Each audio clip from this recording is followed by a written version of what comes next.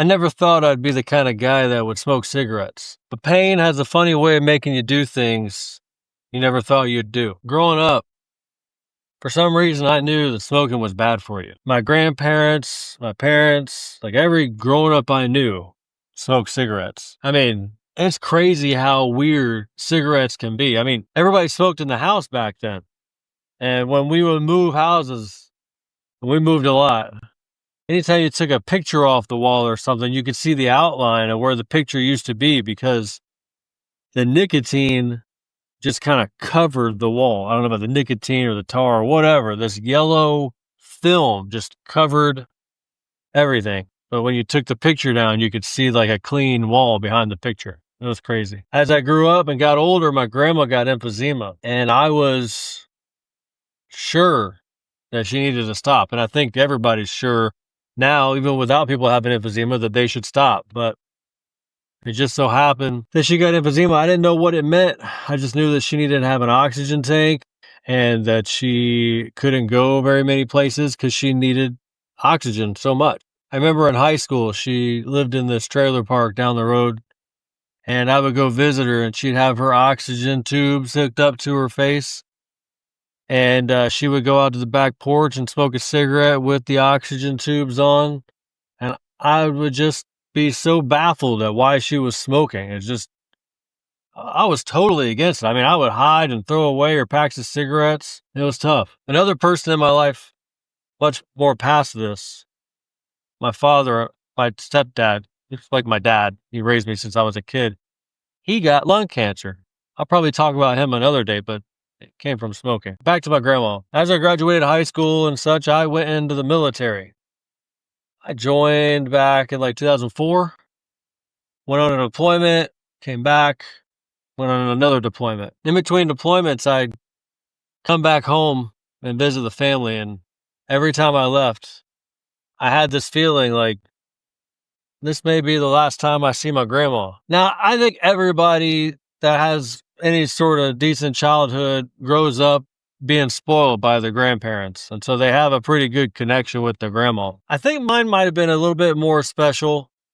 There was quite a few times in my childhood where I either lived with her over the whole summer by myself, or times that me and my brothers, my mom and dad would all live with my grandparents all in the same house.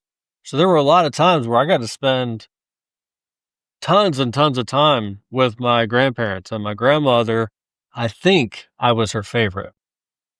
Nobody knows, but I'm pretty sure. But most people say I was. So on this second deployment, I was in Iraq, actually at a place called Camp Bucca, and it's a detainee facility. They closed down Abu Ghraib. That back then there was a lot of stuff going on about how the detainees were being mistreated, and they were closing down Abu Ghraib and moving all the detainees to Camp Bucca. And my job was security and being a guard at the detainee facility. On one of the days that I was not at work, I got a Red Cross message that said that my mother had died. But when it listed the name, it was my grandmother's name. And so I was fairly confident that it was my grandmother. They gave me, I was supposed to go to work. I think I was supposed to go to work that day. The memory doesn't quite connect, but either way, I had at least one shift off, and then I went back to work. There's nothing really to do there when you're grieving, and they weren't going to send me back home for the funeral service. So I went back to work and tried to distract myself. But I love my grandma very much. It just so happened that year, when she passed away, it was Mother's Day. So it's even more kind of apropos that my grandma died on Mother's Day, and I got the Red Cross message saying that my mother died. So it all kind of was like a big, like, to-do kind of thing for me. I knew that she had died because of her emphysema and the sicknesses that, complicated things. I didn't really need to talk to anybody about that. But I was alone, and I was going through that pain by myself. Nobody really gets that. I don't think there's a lot of people that can relate to how close I was with my grandma, but I could say like it's very similar to how it was for like if your mom passed away. If you're familiar with that feeling, I'm familiar with both, and I'd say they were really close, a really close painfulness. And then also just like that layered story level of it being my mother, or on Mother's Day. So when I'm back at work, I work in the tower sometimes. Actually, a part of the day I'll be in the tower. Part of the day I would be down in the quad. It was called the quad when you're down helping get the food for the detainees or doing movements for education or visitation and stuff. That was like your security down on the ground, and then um, up in the tower, keeping a watch on the perimeter. Well, this day I had a moment in time where I was up in the tower and I said to myself, I wonder why my grandmother loved smoking so much that she couldn't stop, even after she got diagnosed with emphysema. And I wonder why my parents smoked and my granddad smoked and all these people smoke. Why do they do it? Well, I had also found a cigarette or two and took it up there with me up to the guard shack or the tower. I wasn't planning on smoking it. I just wanted to light it and smell it and see that if it would bring me back to having memories about my grandmother. This was really the first person that was ever close to me that passed away. And I was, like 21 at the time. So this was like a big deal for me. Lighting that cigarette and having memories and being able to like smell it, it didn't fix anything. It didn't make the pain of losing my grandma go away. So I decided I'll go another step further. Let me try smoking it.